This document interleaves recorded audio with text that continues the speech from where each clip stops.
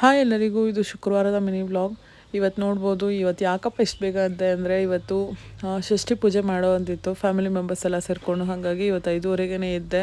But ನನ್ನ ಮಕ್ಕಳು ಅಷ್ಟೊತ್ತಿಗೆ ಎದ್ದೊಳಗೆ ಬಿಟ್ಟಿಲ್ಲ. ಎದ್ದು ಅವ್ರನ್ನೆಲ್ಲ ಸಮಾಧಾನ ಮಾಡಿ ಎಬ್ಸೋಷ್ಟಕ್ಕೆ 5:45 ಆಯಿತು. ಹೊರಗಡೆ ಬಂದು ಅವ್ರು ಎದ್ದೊಳೋಷ್ಟರಲ್ಲಿ ನಂಗೆ ಎಷ್ಟು ಕೆಲಸ ಆಗುತ್ತೋ ಅಷ್ಟು ಕೆಲಸ ಮಾಡ್ಕೋಬೇಕು ಅಂದ್ಕೊಂಡು, ಆಬ್ವಿಯಸ್ಲಿ ಏನೇನು ಕೆಲಸ ಇರುತ್ತೋ ಎಲ್ಲ ಮುಗಿಸ್ಕೊಂಡು ಬೇಗ ಸ್ನಾನ ಮಾಡಿಕೊಂಡು ಆಮೇಲೆ ಪೂಜೆಗೆ ಏನೇನು ಬೇಕೋ ಎಲ್ಲ ತೊಗೊಂಬಂದೆ. ಮುಗಿಸ್ಕೊಂಡು ಬರೋ ಅಷ್ಟರಲ್ಲಿ ಹಸ್ಬೆಂಡು ಮಕ್ಳಿಗೆ ರೆಡಿ ಮಾಡಿಟ್ಟಿರು ಅಂತ ಹೇಳ್ಬಿಟ್ಟು ನಾನು ಹೋಗಿದ್ದಿದ್ದು. ಮತ್ತೆ ಬಂದರೆ ಅರ್ಜೆಂಟಲ್ಲಿ ಕಸಿ ಬಿಸಿ ಆಗಿಬಿಡುತ್ತೆ, ನನ್ನ ಮಕ್ಳು ಹೇಳಿದ ಮತ್ತೆ ಕೇಳಲ್ಲ ಅಂತ. ಬಟ್ ಅವರಂತೂ ನಾನು ಹೇಳಿದ ಕೆಲಸ ಒಂದೂ ಮಾಡಿರಲಿಲ್ಲ. ವಾಪಸ್ ಬಂದು ನಾನೇ ಅವ್ರನ್ನ ಎಬ್ಬಿಸಿ ಆಮೇಲೆ ಸ್ನಾನಕ್ಕೆ ಕಳಿಸಿದ್ದೆ. ಅಷ್ಟರಲ್ಲಿ ಅವರು ಸ್ನಾನ ಮಾಡ್ಕೊಂಬರೋ ಅಷ್ಟರಲ್ಲಿ ನಾನು ಪೂಜೆಗೆಲ್ಲ ರೆಡಿ ಮಾಡಿಕೊಟ್ಟು ಪೂಜೆ ಮುಗಿಸ್ಕೊಂಡು ನಾವು ಏನು ಷಷ್ಠಿ ಮಾಡ್ತೀವಲ್ಲ ಅಲ್ಲಿ ಹೊರಟಿದ್ವಿ. ಅಲ್ಲಿ ಹೋಗಿ ತಳಗೆನೆ ಅಂತ ಏನು ಕರೀತಾರೆ, ದೇವ್ರಿಗೆ ನೈವೇದ್ಯಕ್ಕೆ ಇಡೋಕ್ಕೆ ಅಂದ್ಬಿಟ್ಟು ಅದನ್ನು ಮಾಡಿ, ಆಬ್ವಿಯಸ್ಲಿ ನಾವು ಒಂಥರ ಟೊಮೆಟೊ ರಸಮ್ ಥರನೇ ಅಲ್ಲೇ ಮಾಡಿ ತಿಂತೀವಿ. ಹಾಗಾಗಿ ದೇವ್ರಿಗೆ ಫಸ್ಟು ಪೂಜೆ ಎಲ್ಲ ಮಾಡಿ ಈ ಕಡೆ ತಳಗೆನ ರಸಮ್ ಸಹ ರೆಡಿಯಾಗಿತ್ತು. ಆಮೇಲೆ ಹಸ್ಬೆಂಡ್ ಮಕ್ಕಳನ್ನ ಕರ್ಕೊಂಬಂದರು.